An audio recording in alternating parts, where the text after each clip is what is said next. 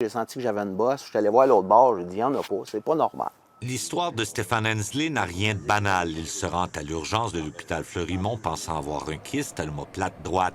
C'est plutôt une tumeur. L'urgentologue le réfère à un orthopédiste pour savoir si elle est maligne. Il subira un examen à résonance magnétique. Pendant 2 semaines, il attendra inquiet les résultats alors que sa tumeur, elle, grossit. La moitié de la taille d'un œuf au départ, elle a atteint rapidement 11 cm de diamètre. On a appelé pour savoir où ce que mon dossier était rendu. C'est là qu'on a su que tout mon dossier était retourné aux archives.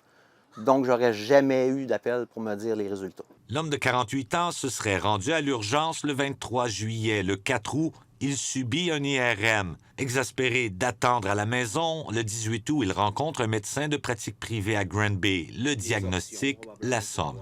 C'est dur à prendre. La pelule la passe moins bien. C'est un angiosarcome, forme agressive de cancer des tissus.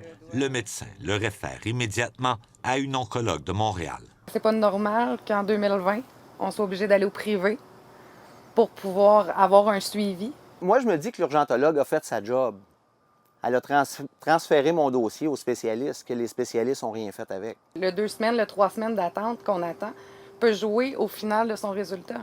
Stéphane Hensley ne cherche pas à remettre en doute les compétences ou la bonne volonté du personnel du CIUS, mais entend quand même déposer une plainte. Pour éviter que ça réarrive à quelqu'un d'autre. Je sais que je suis probablement pas le premier, puis je serai pas le dernier. Jean-François Desbiens, TVA Nouvelles, à Sherbrooke.